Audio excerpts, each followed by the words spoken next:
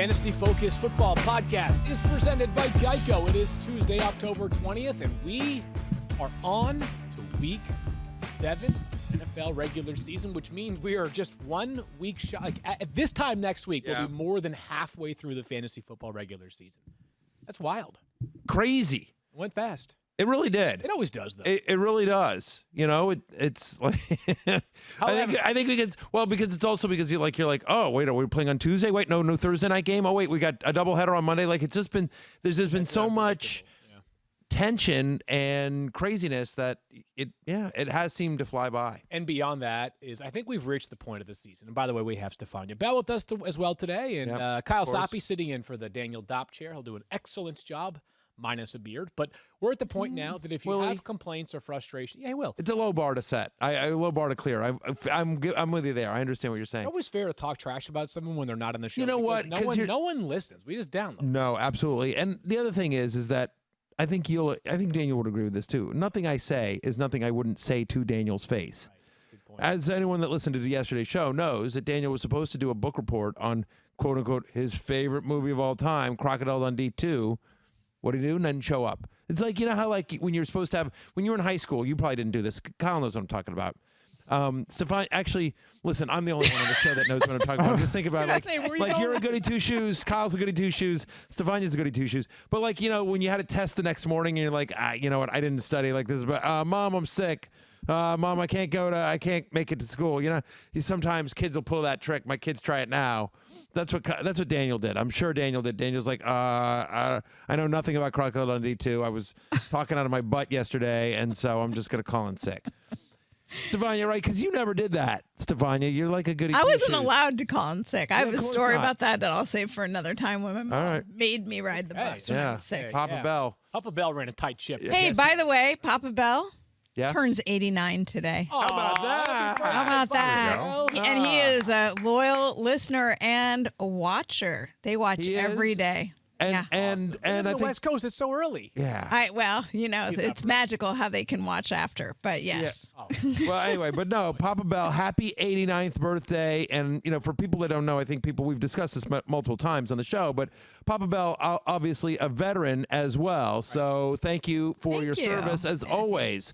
Proudly served our country. So we love Papa Bell here at the 06010. So he turns 90. 89. 89. 89. 91 year from today. I was going to ask Matthew any advice for him. How to spend that last year. Yeah, waking up early to listen to your favorite podcast is what keeps you young. Oh, man. All right. Let's get into all the football. We had 2 games last night. 2 games on Monday Night Football. Monday, late afternoon football. The game started at 4 p.m. in Arrowhead time, which, ding. Kansas City wins this game over the Bills. Kind of a weird game. Weird game, right? Super weird game. I thought both games were weird. It was 26-17 was the final. I agree with that. But we'll get to the Cowboys-Cardinals game in just a minute. But the Chiefs win 26-17. And I was having this conversation with Dan Graziano and Jason Fitz last night. Like, I almost feel like if it's going to rain, I'd rather it be like full-on monsoon. Sloppy, or snow. Like last night was the worst kind of rain. It just looked cold, even though apparently it wasn't that cold. No one seemed particularly enthused to be there. There wasn't a rhythm for either offense. No, it looked ugly. It was an ugly football game. It was just like it was like an ugly December football game between two teams that, you know, weren't in the playoffs. Yeah. As opposed to a, you know, mid-October game between two of the best teams in the AFC. Right. So good enough, though, for Patrick Mahomes to get 20-plus fantasy points last night. Think about that. He did not even have a great game by his own standards, but he has 225 passing yards, 2 throwing touchdowns, plus 36 rushing yards. He's been running more this year, which has been great. And in a game in which, you're like, he didn't really do much, didn't really feel like he was in rhythm, and Tyreek Hill didn't go off. Guy still winds up with just falls into 20 fantasy points. Right, yeah, 20.6 fantasy points for him. And you know what? He's ridiculous. I think the rushing has a chance to sustain because I think part of it's probably how teams are attacking the Chiefs. Sure. But you have to you're either dropping 8 in coverage, which that's tough because that means you're going to leave plenty of room near the line of scrimmage for Patrick Mahomes to beat you with his legs. And unless it's like 3rd and 17, he might very well rush for the first down. And Mahomes talked about that in the post-game press conferences as well. He just talked about that. Like they asked about the success that Clyde Edwards-Helaire Super weird. Joe Buck, and I'm a Joe Buck fan, but it was super. Was it triggering to you to keep hearing him say "Hilaire" with the H? Well, in Joe Buck's defense, the man is calling a game. I mean, Sunday, 1,000%. The guy is. I'm a Joe Buck fan. I'm a Joe Buck. This is not a trashing of Joe Buck, and I'm the one. And I would, when I first got on the air, I said Hilaire as well.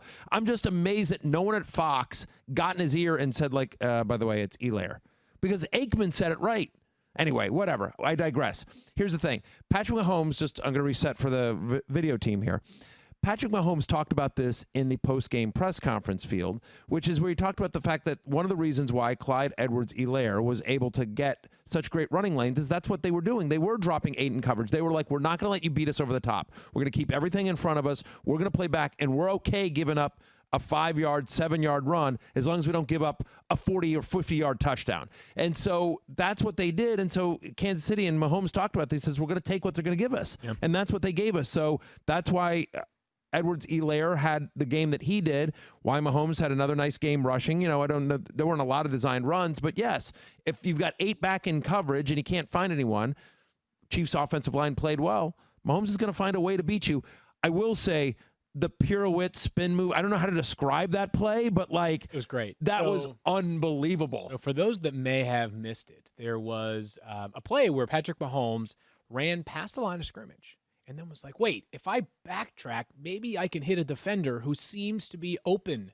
And then he was like, oh, wait, I can't cross the line of scrimmage and then go back behind the line of scrimmage and throw it because that's a penalty. So I'm just going to go ahead and run for the first down.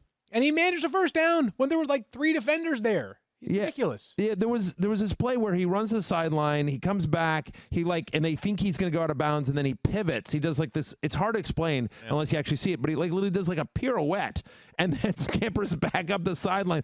Everyone else has given up on the play.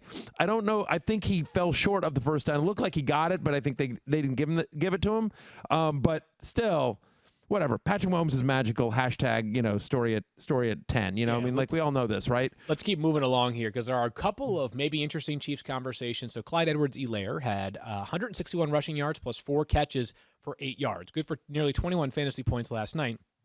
Best fantasy game of his season. And go figure, right? Of course. Well, because it's so funny. So my friend Peter Overzet, who I think is very funny on Twitter, Peter tweeted something out like, last chance for CEH to have a rager before the parents come home, which is, which I thought was a really good point. That's right, because it's like Le'Veon Bell's going to show up, and even though we expect Le'Veon Bell to be in a complementary role, that CEH is still going to be the starter for Kansas City, the fact is that it is unlikely that he gets the amount of work that he got yesterday. That CEH, my guess is that when we look back at the end of the year, unless there's an injury to Le'Veon Bell, that this is the game that CEH has the most touches in a game. Yeah, that's most total touches in a game. Probably true. Now, the counterpoint would just be that if he's running as well as he did last night, that he won't be used less frequently, but they signed Le'Veon Bell for a reason. I think we still saw Darrell Williams have a rushing touchdown last night. So I think while last night kind of went, I think in some ways, as we expected, a nice night for Clyde Edwards-Helaire, I think it's going to be a bit of a... Is he a sell high? Is he somebody that you would explore trade if you have Clyde Edwards-Helaire? He's coming off this big game. Yeah, I get it. Would you? There was a lot of reports out there yesterday, and we've talked about it, including Jay Glazer on the pregame show, where Jay Glazer said, listen, Le'Veon Bell is coming there to just spell Clyde Edwards-Helaire. It's still his job. Would you explore and see what you could get for him in a trade? And if so, what would you take if you had CEH on your team? It probably would have to be a running back who has either been slightly less consistent than Clyde Edwards-Helaire, but still ranks comparably in terms of total point. And I understand that total points is not always a great metric for assessing a player's value because some of its availability. CEH or Kenyon Drake? I probably still prefer Clyde Edwards-Helaire. Me too. But that's a fairly reasonable proxy. I mean, if you're going to trade him for a wide receiver, probably somebody that you're starting every single week, which sounds easy enough. But then you're like, go look through wide receivers this year. It's been way less dependable than you'd expect most seasons. I'm not using last night as an excuse to go rush and try to trade him, but if opportunity knocks, I'm open to it. Because, again, it's 5 games of him being...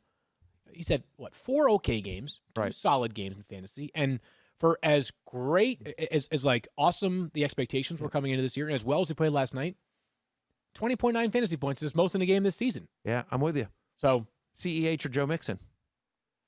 Man, I got bad vibes about Joe Mixon right now. So I probably would stick with CEH.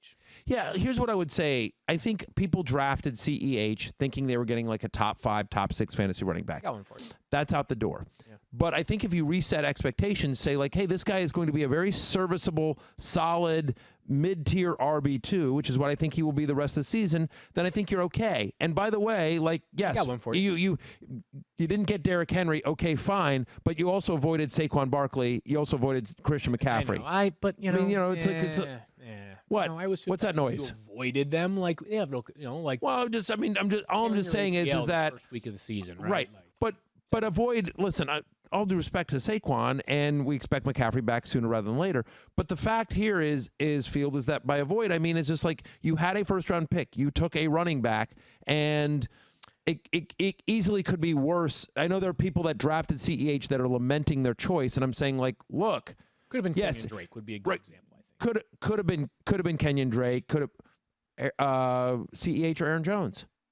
I still prefer Aaron Jones. I agree. CEH or Dalvin Cook. Dalvin Cook by far. There you go. All right. I'm just saying he's on a bye this week. He was banged up last week. He didn't play last week. All right. I got one. Last one here. What do you got? CEH or Kareem Hunt? Oh, that is a good one. So Kareem Hunt probably going to be the starter for 4 more weeks, with Nick Chubb expected to miss around 6. He's missed 2 so far. Right. Then Nick Chubb returns, and you'd think that maybe Kareem Hunt goes back to what he was for the first couple of weeks. By the way, for the first couple of weeks, Kareem Hunt was good. Now, it was touchdown dependent, but he was good. Good, yeah. I think I'm going to still boy, that's a close one, but I'm going to say Kareem Hunt. Okay. I'm actually going to say Kareem Hunt. I'm going to go with Kareem Hunt as well, but it makes me really... But that's like right there. Yeah. Right there. I got one for you. One last one. Here you go. CEH or Chris Carson? Oh, Chris Carson for sure. Chris Carson's been awesome this year. I know. He's been incredible. I know. He's off his bye now, too. Chris Carson. You get an extra game relative to what you'd have from... I understand. People out there don't realize how good Chris Carson's been. I bang the drum for him every year. Tyreek Hill, quiet night for him last night. Just 3 catches for 20 yards. Good for 5.5 fantasy points. What are you going to do? Demarcus Robinson, though, of course, right? Everybody's trying to make Mecole Hardman happen. And I said this last week. That was my joke that, like... It really wasn't that funny, but it was like a joke that was sort of a statement too, right? It was like, of course. Oh, you dirt dog! I'm just saying, like, it's like it wasn't that funny. I'm just like, right, that's par for the course. Woo-hoo! All right, you better watch. Am I right? I've been holding back recently. No, stop it. Here's what it is. No, listen. I'll be very clear about this. You're really funny on Twitter. He's really funny on Twitter. Thirsty Kyle, tell me I'm wrong. He is funny on Twitter. I'm not denying that, but. Are you saying you're funnier than him? Like, there's got to be... Yes. 1,000%. 1,000% on this show. 1,000% I'm funnier than him. Okay. All right. Well, here's the thing. If I'm not funnier than him, then why am I even here? Like, seriously. You're a better host, younger, better looking. Qualities. Lots of redemptive qualities. Name one. You went to school. We don't have enough time. Rich. Yeah, there you go. Fair enough. No, Demarcus Robinson. Yes, Demarcus Robinson. Let's go. So that was your joke last week. We're going to try to make Mecole Hardman. We're going to have Mecole Hardman in our lineups, and then Demarcus Robinson's going to get 8 targets. He only got 6, but he had 5 catches for 69 yards. I think probably we're far enough into this dynamic of Patrick Mahomes with Tyreek Hill as his number 1 wide receiver that no matter who it is the number 2 wide receiver, Matthew, it's a coin flip. I mean, Byron Pringle was getting play last night. He's actually a pretty good little player for them, by the way. The truth is their number 2 wide receiver is Travis Kelce. I mean, or vice versa. 1, right. Right. I mean. So, it reminds me, this is starting to become the Saints, right? A little bit, yeah. In the sense that, like, we always try to make someone happen, and you're like, oh, great offense, and, like, the guy who's opposite Michael Thomas, less attention paid to him, yada, yada, yada. We had this in previous iterations of the Saints. Marcus Colston, when they had Jimmy Graham. And maybe not. If there's one thing to point to, it's that Demarcus Robinson ran 27 routes last night, and Mecole Hardman ran 10. So almost a 3-to-1 difference in terms of the amount of routes that those guys ran, and Hardman only got 1 target. So whether that was by design because of the way they were playing the team, and again, like we talked about the fact that, like, listen, Buffalo played back. Buffalo's like, we're not giving up anything underneath, and so if you're taking away the deep, taking away the deep ball, then you're taking away Mecole Hardman at this point of the, So I don't know. It's hard to put anything on one particular game, and it might have been sort of game plan specific. But I thought it is notable that, again, Hardman ran 10 routes. Robinson ran 27. By the way, the Sammy Watkins injury was expected to be just 1 to 2 weeks, right? So this may be moot anyways by as soon as next week. Let's get to the Bills. Not a great night for Josh Allen, obviously. 2 touchdowns, 1 pick, 42 rushing yards, still 15.1 fantasy points. Didn't feel like it, though. Didn't feel like it, and I don't want to say. Second week in a row, he looked bad. The offense looked bad. 58.8% completion percentage for Josh Allen over the past 2 games. 0 rushing touchdowns in the last 2 games after 3 rushing touchdowns in the first 4 games. And by the way, he was completing 71% of his passes in the first 4 weeks. You know, some of this is expected, right? They play better teams. Like, they're not playing the Dolphins and the Jets anymore, right? Right. The Dolphins are obviously better than people realize, but still, defensively, they're not what we've seen. The Titans and even the Chiefs, I know that they're a little hit or miss defensively. But still, it's not the same competition. But the good news is, Matthew, you look ahead of the schedule. They play the Jets. There you go. Right. So it's like. So the next 4, to your point, Jets, Patriots at home, Seahawks at home, at Arizona. 2 matchups you love there, the Jets and the Seahawks. One matchup, and I don't know that you're scared of Arizona despite what we saw last night. I don't know that you're scared of Arizona. I don't know that you're scared of New England, honestly. Really. Honestly, I mean, the Patriots have really only played, trying to think out loud, they played 2 great quarterbacks this year, Patrick Mahomes and Russell Wilson. Russell Wilson just completely carved him up. And Patrick Mahomes, that was that weird Monday night game where they couldn't get anything going offensively, but he still got like 20 fantasy points, I think it was. So I don't know that any of those matchups scare me going forward. So what I would say is that the Bills might have more sort of consternation right now in terms of where they stand in the AFC hierarchy, right? Like they probably are a weight class below the Chiefs and the Titans and the Steelers and probably the Ravens as well. But from a fantasy perspective, not concerned about Josh Allen at all going forward. Yeah, no, and I think that's right. I think the concern here around Buffalo, again, like if Josh Allen lays an egg against the Jets, then I think we can hit the panic button. But hold on. Can I guarantee something right now? Yeah. That ain't happening. Unless he retires this week, Josh Allen's not laying an egg against the Jets. It's just not happening. But I think the concern here would be the running game. Because once again, brutal, right? I mean, Devin Singletary, 32 rushing yards, 1 catch for 2 targets, 13 yards, had 5.5 fantasy points. It's not good, Field. It's hashtag not good. Got it. With Zach Moss active, which he was last night, he has yet to finish as a top 30 fantasy running back. Even with him not active. He wasn't good. He has 1 touchdown this year. He's had 89 touches. He's got 1 touchdown. I don't have a rhyme or reason to it. Do you? No. I just, early on, Josh Allen was vulturing some stuff, so there's that. But he's also like, he looks like he's regressed from the year before. I don't know if it's the offensive line or maybe. Part of me is like, he's pint size. And like that doesn't usually work in the NFL, but he ran great last year. He ran great. He also had like 20 plus touches in 5 straight games down the stretch last season and was super effective. Yeah. I mean, the only thing I can think of is that, and I haven't looked at this, but maybe because last year they just didn't have the weapons they do this year. And it's really Stephon Diggs. Shouldn't it help them? Right, you would think that, but the only thing I can think of, again, and I'm pulling something out of my, but you do that every once.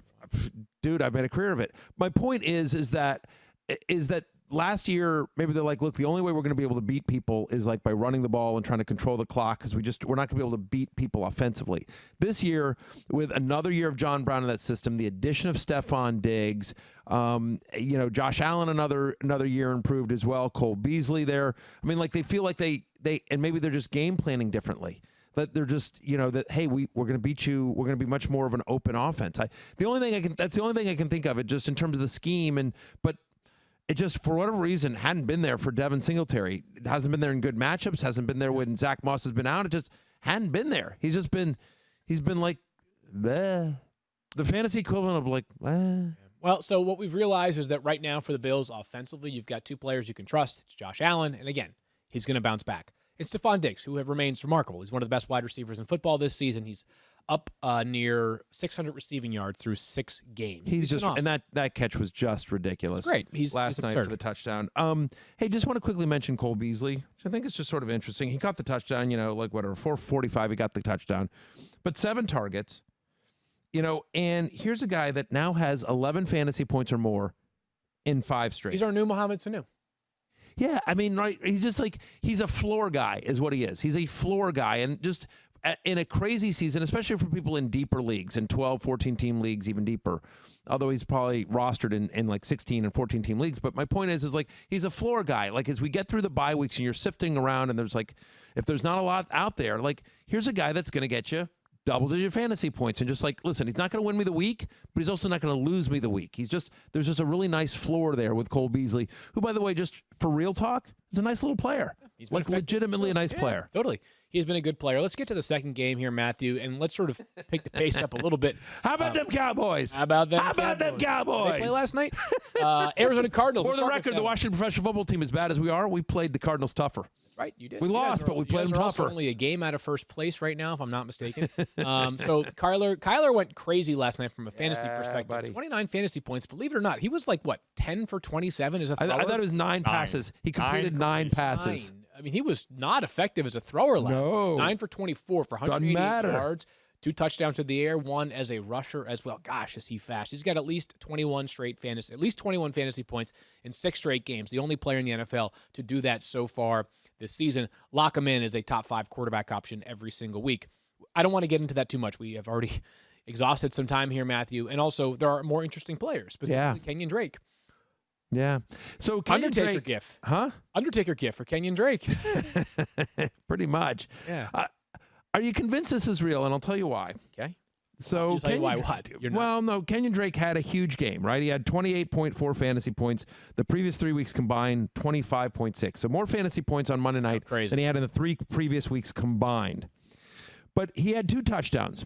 One was a bunny touchdown. Kyler Murray down like basically the 1-inch line. I personally, somebody who has Kyler Murray in a couple leagues, I was just like, come on, review that. Because I actually thought he got in. I thought it was close. He gets 29 fantasy points. I understand. I'm not complaining. But I'm just saying at the time I was yelling at the screen, like, come on, review that. Because I thought the ball across the goal line as his elbow hit the ground. But whatever. Kyler Murray doesn't get in. He's called down at the inch line. They give it to Kenyon Drake. He waltzes in. Okay, fine. That's a gimme touchdown. Then his other thing is he had, like, what was it, a 69-yard touchdown, I believe. Was it 69, Thursday, Kyle? 69, yep. 69-yard touchdown when the score was 31-3. The Cowboys have backups in there. They've just been beaten down. Those are their backups? I think so, right? They've certainly played like they had backups, yeah. Yeah, exactly. Well, but my point, like, it's the junkiest of junk time BS touchdowns.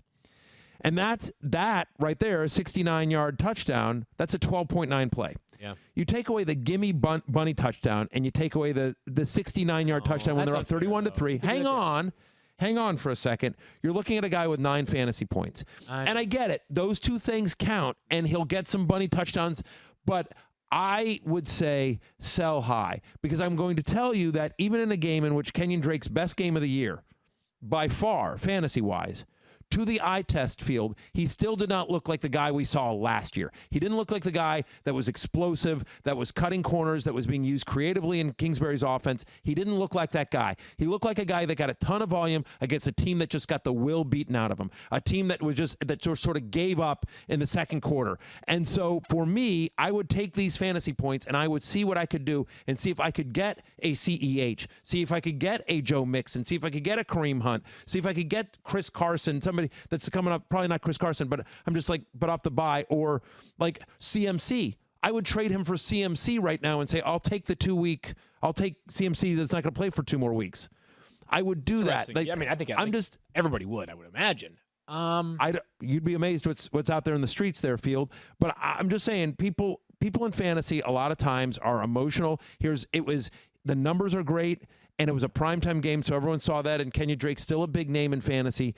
Chase Edmonds is going to be a thing this entire year. And I get it that it doesn't look like it from the box score last night.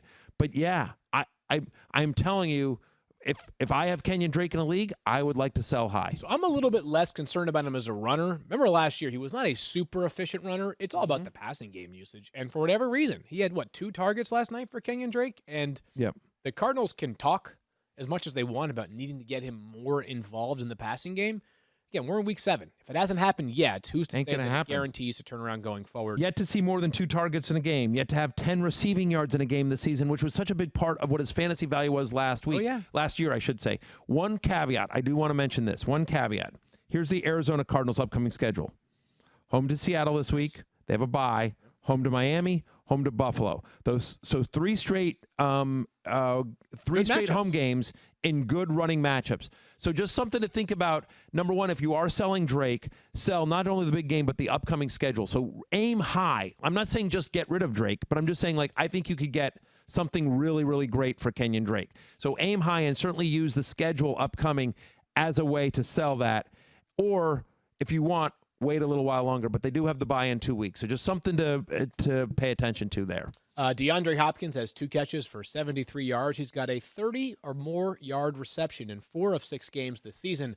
A reminder, Matthew and I debated in the silliest debate of all time during the preseason about who had more upside, DeAndre Hopkins or Tyreek Hill. If I'm not mistaken, I think Hopkins is like 1 amongst fantasy wide receivers right now. Yeah. Hill is like 3. So glad we spent 20 minutes on that one during a valuable preseason show. Yeah. But, I mean, listen, Hopkins has been everything you could have hoped for and so much more. We were a little nervous about him in the preseason just because there were some vibes coming out of Arizona that he hadn't had a lot of camp. First year in the new offense, first year with a new quarterback. There was talk, is this a real injury or is this I want a new contract injury?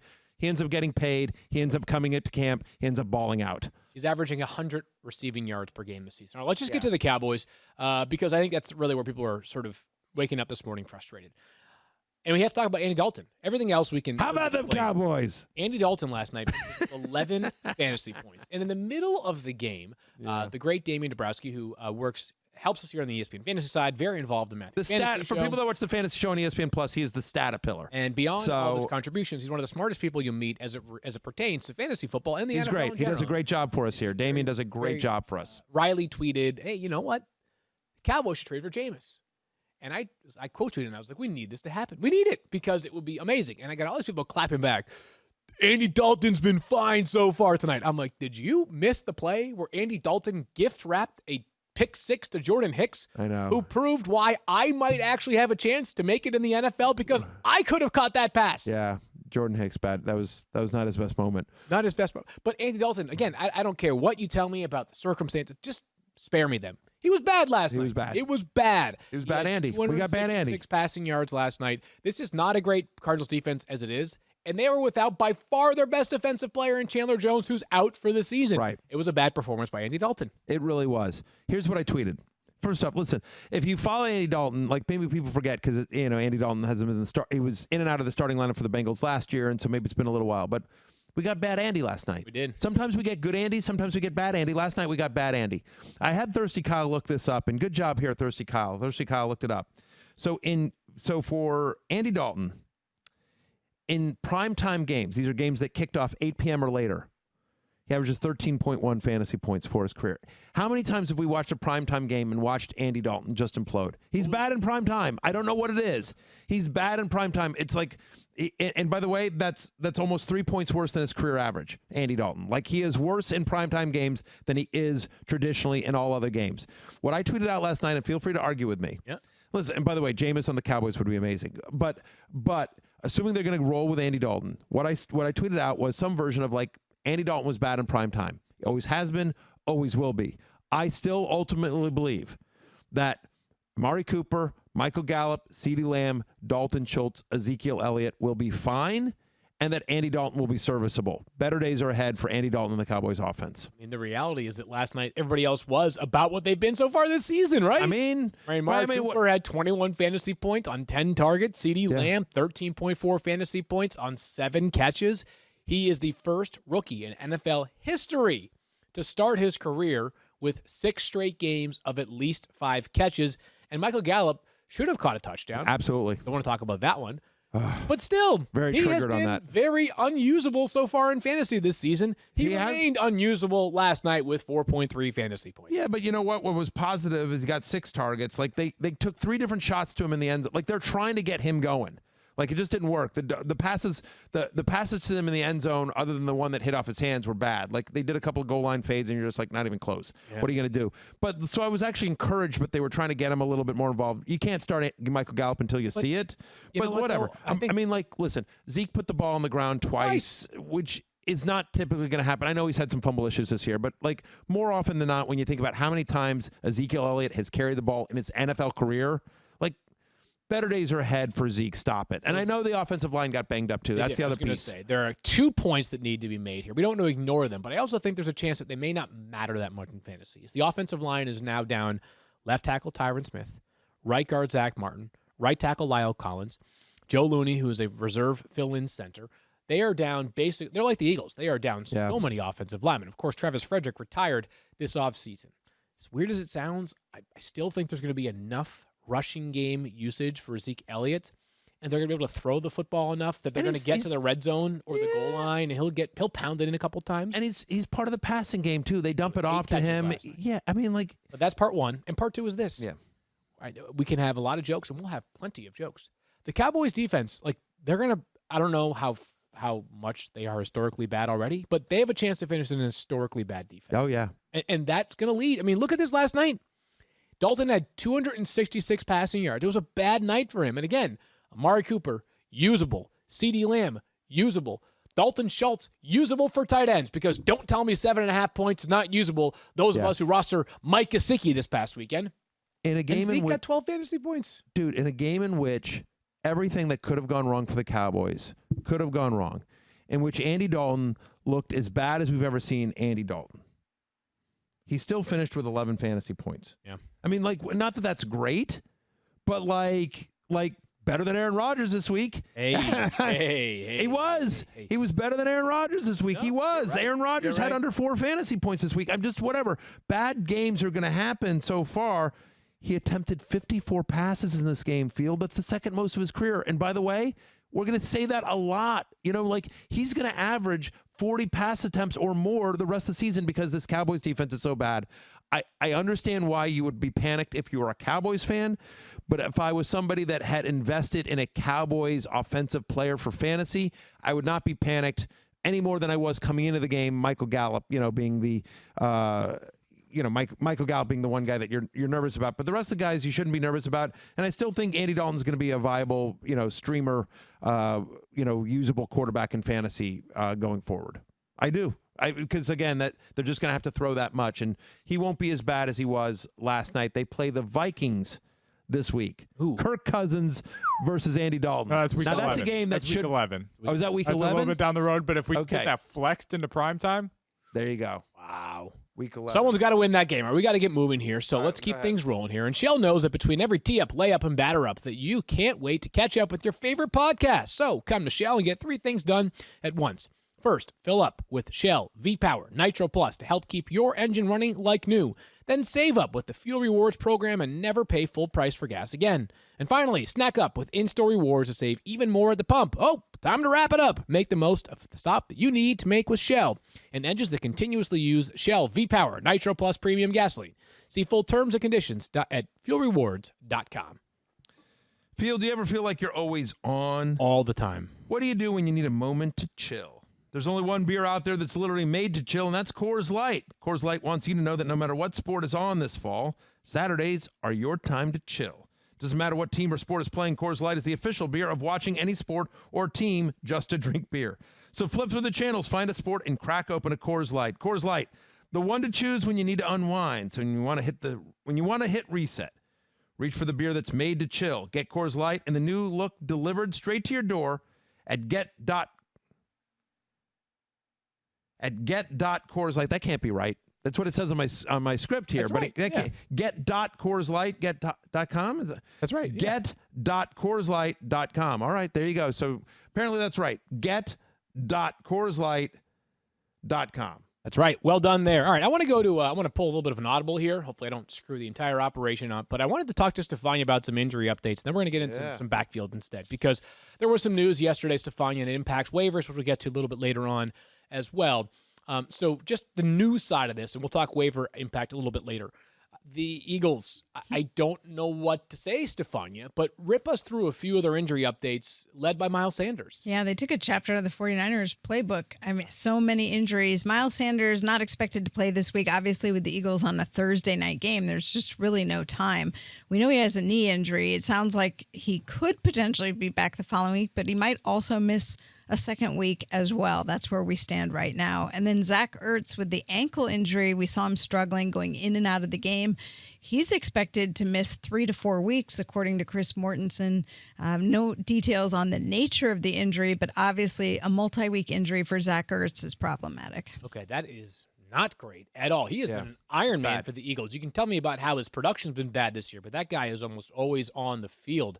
Feel bad for him. Contract year, wants the Neal deal, not getting it, and now out for 3 to 4 weeks. Feel bad for Zach Ertz. Year of brewing ahead for Zach Ertz. Stephania, you just made the comparison between the Eagles and the 49ers, and that means that we have to, of course, update the 49ers with Raheem Mostert, but a few other injury updates, I think, sort of tied to it as well. Yeah, well, Raheem Mostert now dealing with a high ankle sprain on his left ankle. Most likely will go on IR, according to Kyle Shanahan. I mean, we just got Raheem Mostert back from the MCL injury he suffered in week 2, and he's been amazing. And now he has a high ankle sprain, so he'll be out for a while.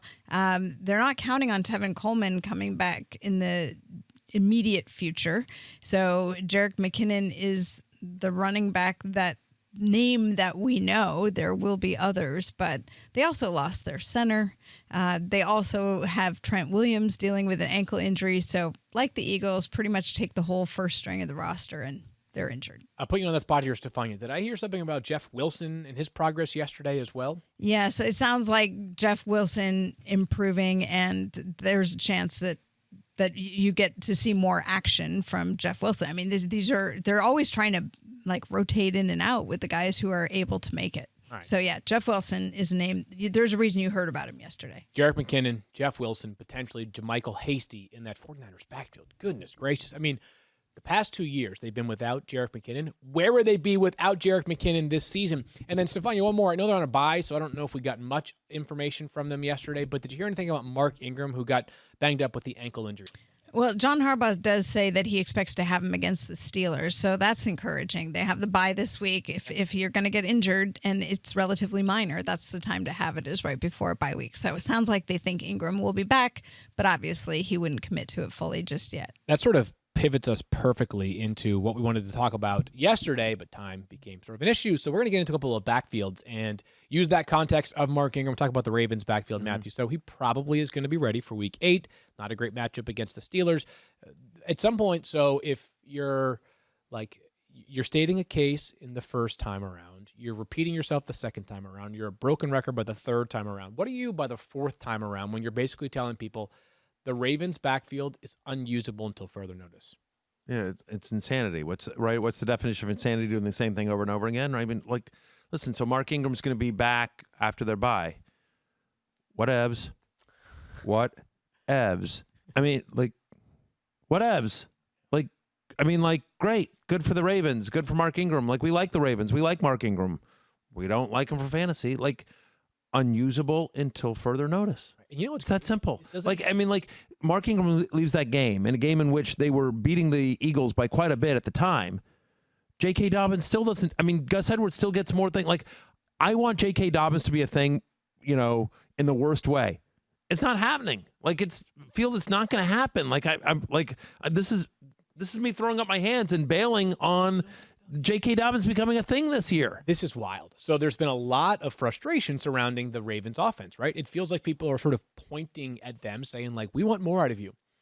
The Ravens have scored in every single quarter this season. Of course. 24 quarters with points. That is unbelievable. They're great. They're just, but they really aren't. But for our purposes, they're not. Right, but they really aren't. They themselves are frustrated. So I think it tells you what you need to know. Hopefully better days are ahead, but I don't know that it'll be better days are ahead, including a running back you can count on. A little bit frustrating right now in Washington. And I get it. I'm not talking about how you feel about them as a team because they're 1-5. I mean because I'm thrilled. Tank for Trevor, baby. Well, they really are. We're in the mix. No Dwayne Haskins. Anyways. We're in the mix. That was a great loss on Sunday. We had a chance at winning it, but you know what? We didn't. Right. I mean, and if thank you, New York Giants. How about this? I will make this really quick. If they can get Chase Young and Trevor Lawrence in back-to-back years, with Ron Rivera too, sign me up for that. J.D. McKissick plays 11 more snaps than Antonio Gibson. McKissick has 8 carries, 6 catches on 6 targets. He's got 3 straight games with at least 10 points just as a receiver. Are we fading Gibson now? What do you make of this backfield? I don't know that we're fading Gibson, but look, J.D. McKissick was my long shot on fantasy football now, and what I talked about there was, worked out. I mean, he was a top 25 fantasy running. Oh, where was J.D. McKissick? J.D. McKissick finished last week as he had over 14 fantasy points, so he was probably a top 20 guy. Oh, he's running back 10. He's a top what? He was what? 12 after last night. 12 after last night. Okay, the graphic says 10 here, but updated for Monday Night Football, he's running back 12. So pretty good call in terms of J.D. McKissick. Here's the thing. So the argument for McKissick and what I made on Fantasy Football Now was there's a floor there, right? 8 carries for 41 yards, 6 catches on 6 targets for 43 yards. It's his third straight game field with at least 6 catches and 40 receiving yards. Right. And the other thing is that the Peyton Barber experiment has gone away. That backfield is now J.D. McKissick and Antonio Gibson.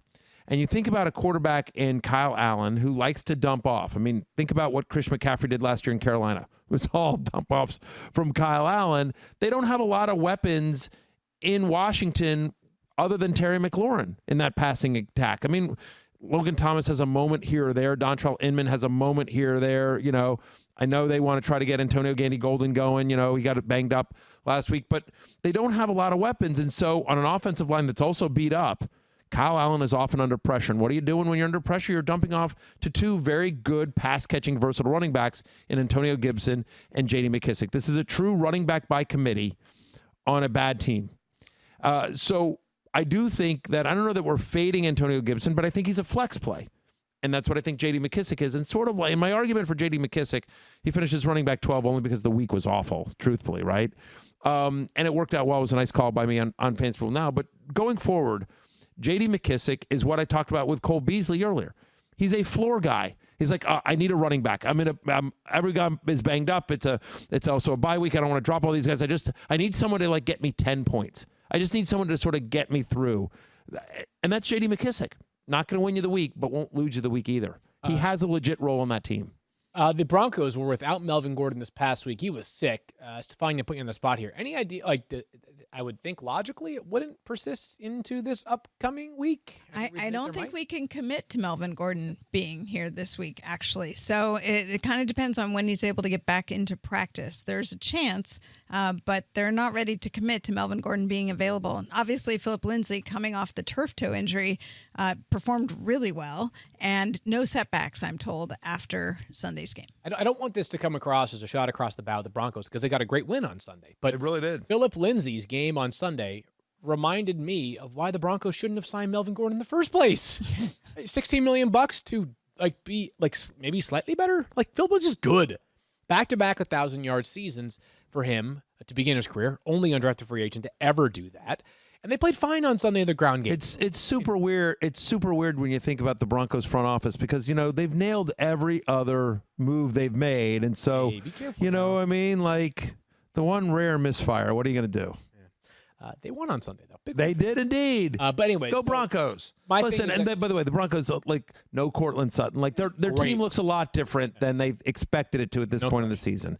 In fairness to Denver. So I don't know that we can have a super deep conversation about this backfield because, again, if Melvin Gordon's not back this week, I have a hard time envisioning him being sick and being questionable going into the game and missing more than 2 games, even if he misses this Sunday. Right. So my point is that we can hash out how the backfield looked this past Sunday, but is it going to matter this Sunday? Probably not. No, I don't think it does. I think the interesting thing is, and we don't have enough of a sample size to judge here, what happens when Melvin Gordon comes back and Philip Lindsay isn't dealing with turf toe? Because we just haven't seen that enough, right? And so, we know what it looks like without Philip Lindsay, and we now know what it looks like without Melvin Gordon, but what does it look like with both those guys back in this new iteration of the offense with Drew Lock under center and Tim Patrick leading? I mean, by the way, Noah Fant missed that game too. We haven't seen what the Broncos want their offense to look like, even given that Sutton's out for the year. Let me see what it looks like when Gordon's back, when Lindsay's back, when Fant is back, and they've got Lock under center. So,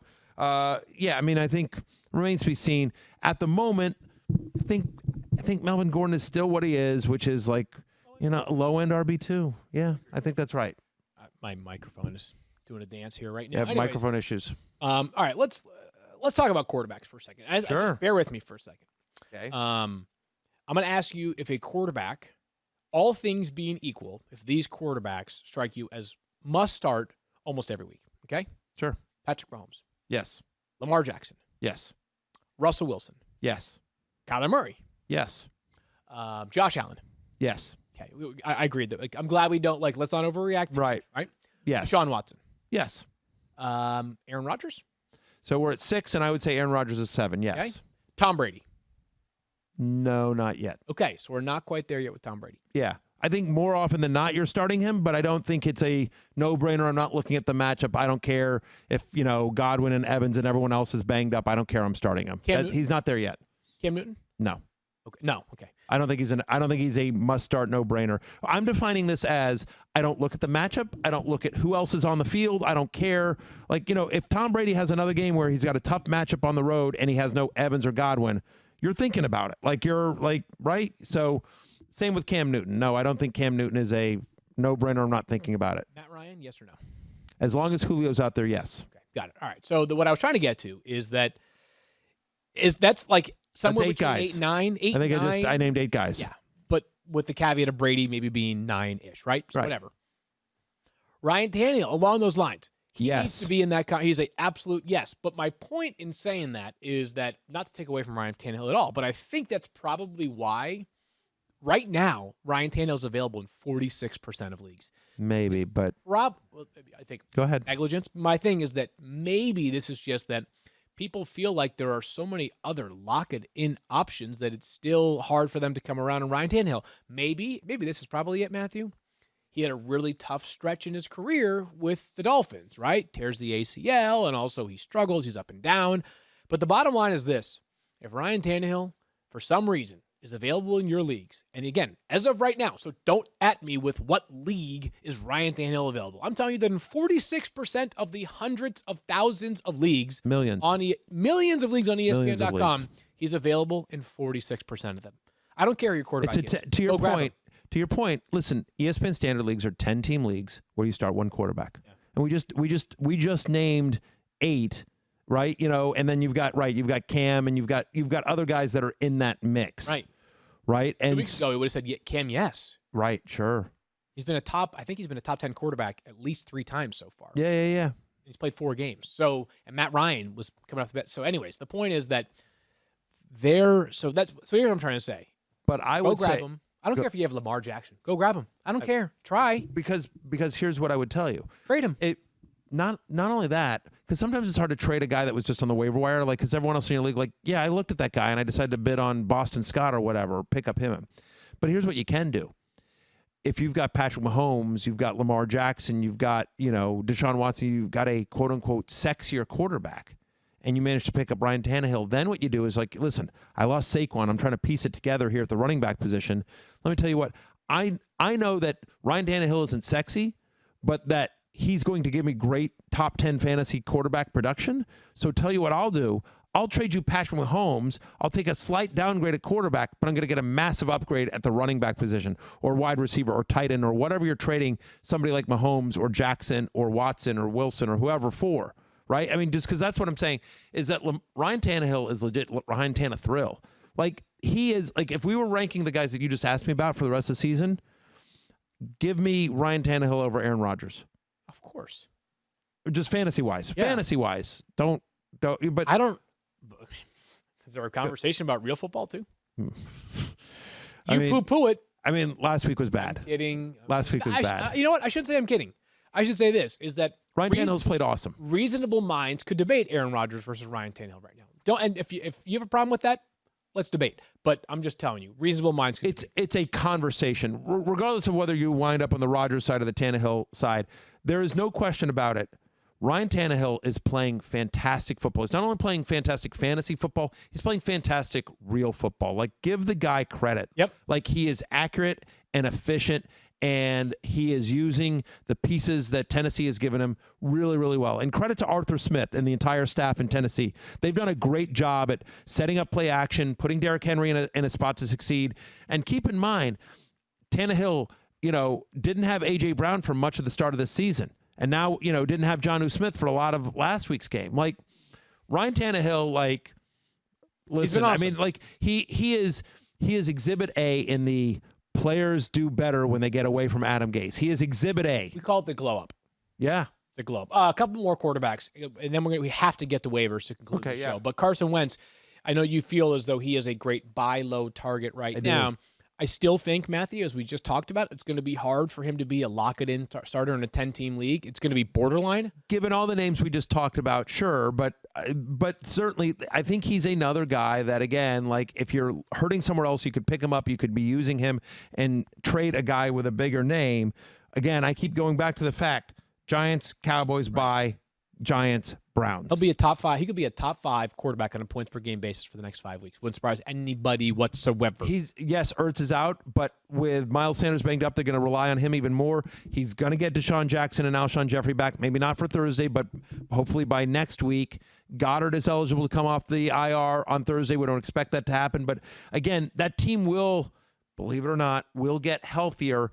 And it may not even matter because with guys falling down around him, it has been ugly at times, but by hook or by crook, Carson Wentz is continuing to produce fantasy points last couple of weeks. He's throwing to players who we don't even have in our database on ESPN.com, and he's still finding his way to useful fantasy football outings on Sunday. Last one here, as we talked about all these quarterbacks, you may have noticed I did not ask Matthew about Drew Brees. In weeks 1 through 5, he's quarterback 20 in a points per game basis. He's at 17.8 fantasy points per game, but almost all of that has come without Michael Thomas. Do you think there's a chance that he comes roaring back over the next 4 weeks or so? There's always a chance. I mean, because I don't know how fair it is to judge the guy without Michael Thomas. And he had a huge fantasy day against the Chargers on Monday night before the bye. All that said, their upcoming schedule is not pretty. Home to Carolina. The Panthers have been better defensively than I think they get credit for, especially at least in the pass defense. Like, they're not great, but they're not as horrific as you might think they are. At the Bears, at Tampa Bay, home to San Francisco. So, and to the eye test, Drew Brees hasn't looked like Drew Brees. Like he's been a little bit more dinky and dunky than normal. Yeah. I mean, so it's unfair to judge him without Michael Thomas, but I am waiting to judge him with Michael Thomas as opposed to saying, oh yeah, he's definitely back. We're going to come back to waiver wires, talk about a couple other quarterbacks that might need to be in that conversation. Yeah, wow, you're having real... It's not me. It's me, whatever. It happens. It happens. Listen, it's just one of those things that happens. It's okay. I'll figure this out. Anyways, we're talking about quarterbacks that may need to be started. I'll just hold my microphone for the rest of the segment. You got Stephania whiskey is the mic. person that keeps us calm. Tell us about calm, Stephania. Oh, I shall. Thank you. If you take pride in your job, it may be hard to admit you're a little burned out from this year. Yeah. We can all agree that 2020 has taken its toll, and it's time to pay attention to your mental well-being. Matthew, I'm talking to you. With Calm for Business, companies can partner with the #1 mental fitness app to provide support and tools for their employees. Calm has a library of content specifically designed to help work teams stress less, sleep better, and build mental resilience. This includes lo-fi music playlists, quick breathing breaks, guided meditations, and hundreds of soothing sleep stories to feel relaxed and more prepared for whatever comes your way. They even have programs tailored for mental health and productivity, like our Mindfulness at Work series. Millions of employees at over 600 companies like Lincoln, Iterable, and Universal Studios use Calm for Business. And right now, Calm is offering a free well-being guide and a free demo when you go to calm.com/focus. And if Calm for Business is right for your team, they are also offering a free month of your first year when you go to calm.com/focus.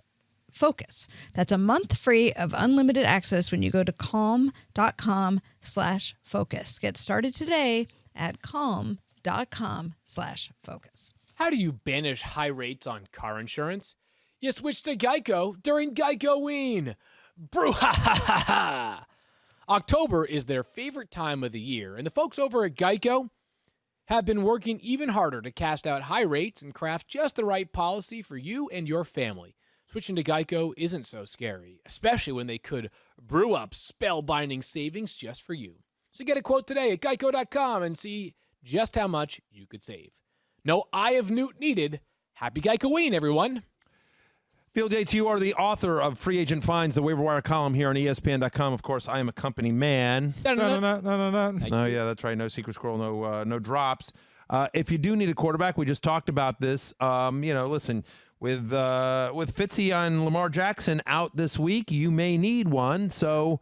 Yeah, and I broke a rule this week. At the top of the column, you'll see this was an editorial decision to say, we got to include Ryan Tannehill and also Carson Wentz because they have been really good of late, and they're just over 50% roster. So keep an eye on those two players that we just discussed. If not, you want a true waiver add Justin Herbert, who in 3 of his 4 starts has at least 20 fantasy points, over 310 passing yards, or 3 passing touchdowns in all 4 of his starts.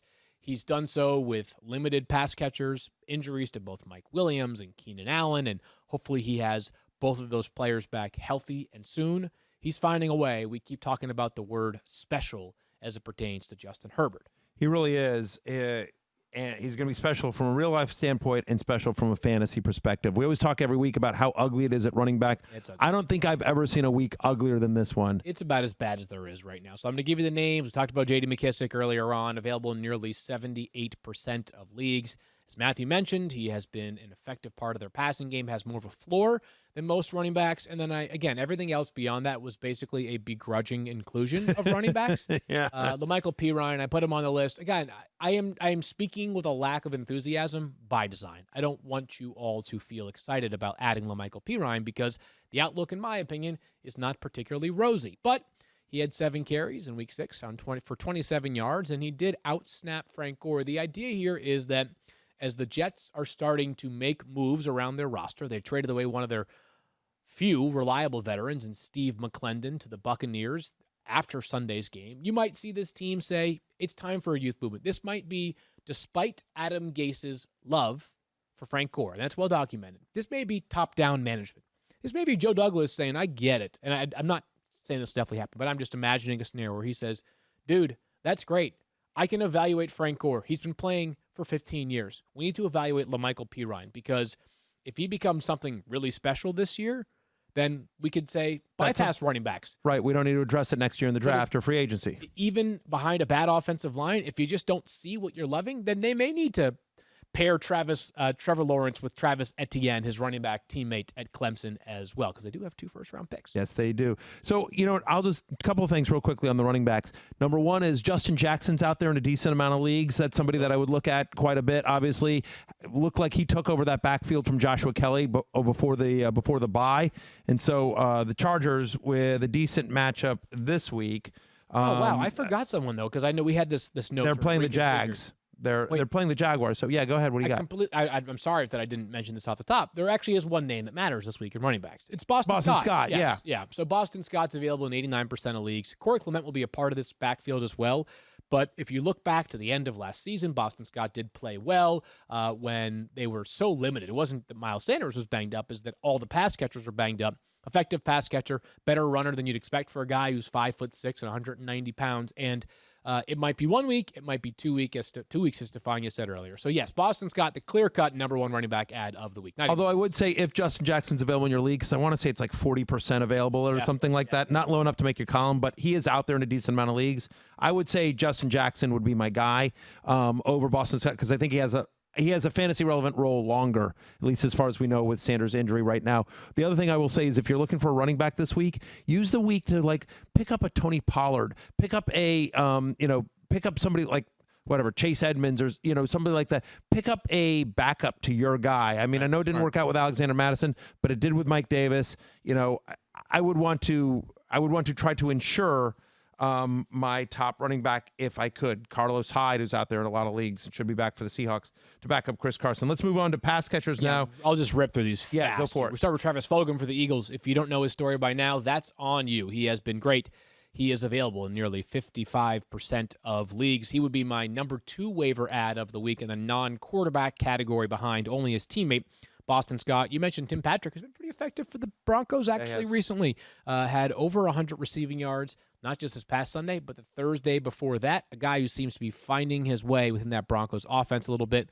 And then just a couple of tight end options because there are a lot of tight ends that you are considering adding in place of someone like Zach Ertz, who obviously had struggled, but still now he's hurt.